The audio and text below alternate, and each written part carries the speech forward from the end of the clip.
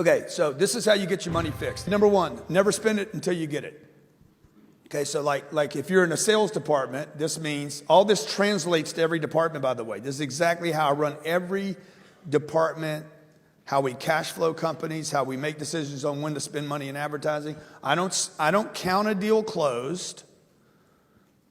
I don't count money in until the money's in. Right? So until you could sign the deal and these guys are going to split a suite, I'm like, that shit ain't happened yet. When you guys give me a credit card and it goes through, I'm suspect of yours, sir. Okay. Once it goes through and the money hits my account, then I can spend that money. Everybody agree with that? Okay, I don't spend tomorrow's money.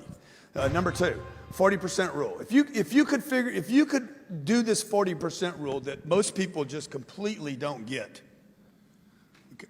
If you got 100% of your money and 40% just for 40% goes to the IRS. Our friends over at the IR and the S. Who hates them? Say 10X if you hate the IRS. Yes. Oh my God, Democrats and Republicans come together. Okay? 40%, man, if you'll pay them 40%, you should at least pay you 40%. Everybody agree? Everybody in the room's figured out how to pay these people. They don't trust you.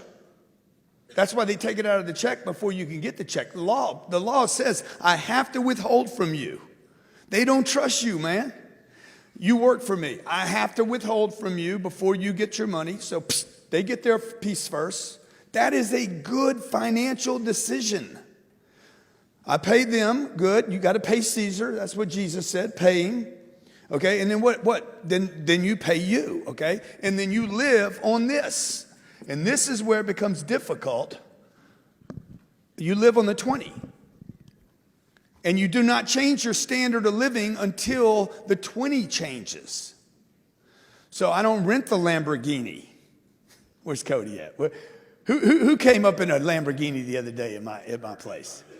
Where's T? Dude, that's stupid, man. Like, what are you doing? What are you doing, man? What are you doing? Okay, like it's no big deal. It's just $1,700. But you know what it says to me? Hey, I'm not disciplined with my money. I'm just saying. Like, you got to be disciplined with money. If you cheat on your money, it will cheat on you.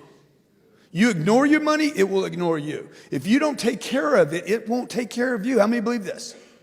Okay, rich people, as much as you might not like them, yeah, their kids got drug problems, their marriage is falling apart, but people that accumulate a lot of money paid attention to the money. At least they did that part. Unfortunately, they didn't figure out the marriage, they didn't figure out the kids, but that's got nothing to do with money. That's because they didn't take the time to figure out the other games too. So look, this is the game right here. I did not change my level of living until this number changed. I've always paid the IRS. I've been audited 4 times. They can't get anything from me. 4 times. I think they got $1,500 from me on one of the audits. They'll always get something. I mean, you just throw them something. Here. Fetch. Okay? Because they got to have something. The guy's got to go back and say, look what I got. I mean, you wasted your time. 3 of them, they got nothing. Okay? And so like, this is what I'm living on. This is how I make my decisions. In the business, this is what I'm doing. I'm like, okay, 40%, if this is a business, 40% goes to the biz, to advertising, to marketing. Spend it all. Okay? I don't, if I got 3 employees and I got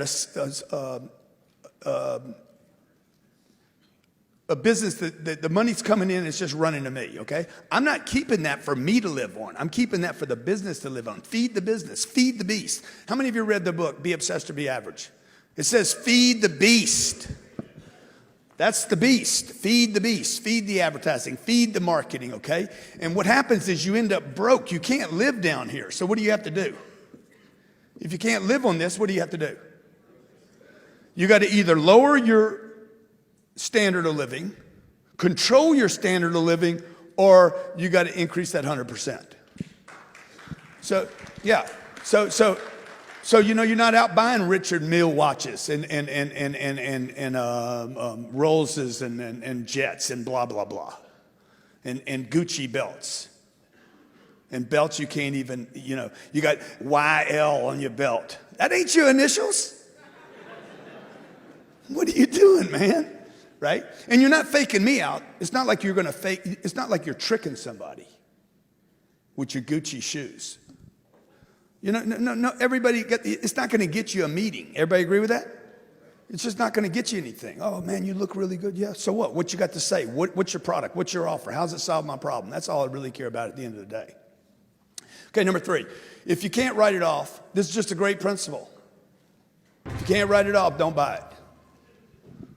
Also, if I could write it off, I'm more inclined to buy it. Number 4, rent and lease, don't own. You don't need to own any of this stuff. Just use it.